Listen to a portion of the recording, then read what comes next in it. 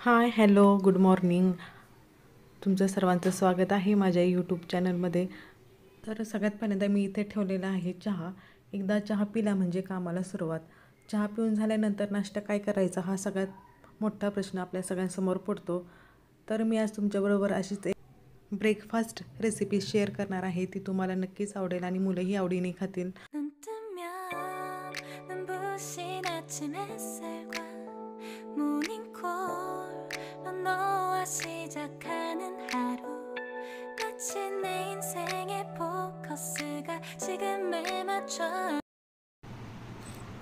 इथे मी 1 वाटी बेसन पीठ घेतलेले आहे. त्यानंतर त्याच वाटीनं 1 कप रवा घेतलेला आहे आणि अगदी अंदाजाने पाऊण वाटी असं दही टाकलेलं आहे. हे सगळं आपण मिक्स करून घेऊया. मिक्स झाल्यानंतर त्यामध्ये आपल्याला चवीनुसार मीठ टाकायचं आहे. 1 चमचा साखर टाकायची आहे. त्यानंतर हळद टाकायची आहे आणि हे सगळं मिश्रण पुन्हा एकदा मिक्स करून घ्यायचं आहे. त्यानंतर 2 चमचे तेल टाकून पुन्हा हलवून घ्यायचं आहे. 15 ते 20 मिनटं तसंच ठेवायचं आहे. त्यानंतर आपण त्यामध्ये अर्धा चमचा सोडा टाकूया आणि आता हे मिश्रण पूर्ण फेटायचं आहे, म्हणजे त्याचे बबल्स आले पाहिजे इथपर्यंत. त्यानंतर इथं मी आप्पेचा जो साचा असतो तो घेतलेला आहे आणि त्यामध्ये हे सगळं मिश्रण टाकलेलं आहे आणि पुन्हा 15-20 मिनटं 15-20 मिनटानंतर बघूया तर टूथपिकला काही पीठ चिकटलेलं नाही. याचा अर्थ आपल्या ह्या मिनी ढोकळा तयार झालेला आहे.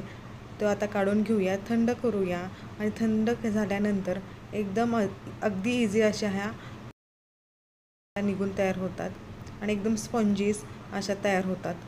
त्यानंतर कढईमध्ये घेऊया तेल. त्यामध्ये टाकूया मोहरी, जिरे, मिरच्या आणि कढीपत्त्याची पानं टाकायची आहेत. त्यानंतर हे मिनी ढोकळे आपण इथं टाकूया आणि ते सुद्धा चांगल्या तेलामध्ये परतून घेऊया. त्यानंतर वरतून टाकूया कोथिंबीर